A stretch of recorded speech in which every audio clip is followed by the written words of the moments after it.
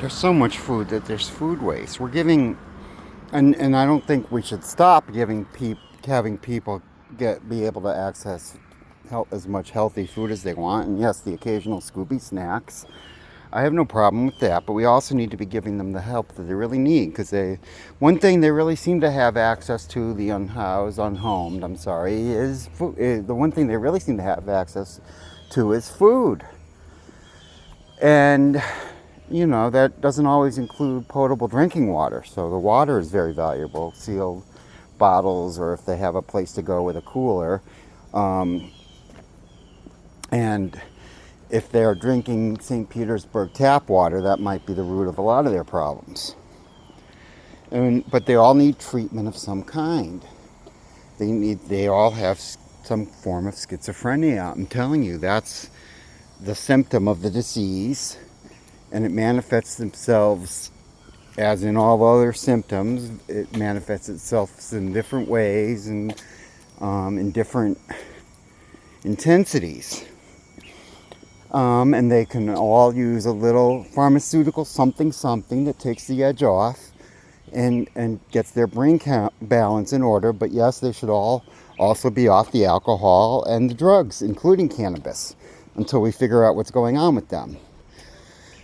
Matt had an interesting point about both accountability, which he didn't use the word, but he said that you can't have a double standard, by the way, which I knew. And I wasn't quite sure how I'm going to reconcile that when I'm on a site where the unhomed or whatever other victims that we're on the site with, they're not allowed to have cannabis. And so I shouldn't be allowed either, or only off property. I certainly shouldn't talk about it. So those are, moral conundrums that I have to unpack. And Matt had some very good ideas, but the main gist of his suggestions was to make a 1-year plan, which, Aunt's always after me to make those plans. Hello, I'm recording here, if you don't mind. I don't like to record people without their permission, so it's a little difficult with passersby. I don't know if they show up on the audio or not when I'm recording with the camera. But I do know if they're showing up with the audio or not when I'm recording on the sound recorder, which I'm sure is something I could fix if I knew how, and I'll eventually remember to press a couple buttons if I get around to it. So the 1-year plan, of course, is that Aunt Joan has always been on about 3-month plans and 6-month plans, and your long plans. Not that when I say she's on about it that she's not right. And I, to some extent, was doing that. And there might even be one from back in the day in my unfortunately named Comedy Manifesto.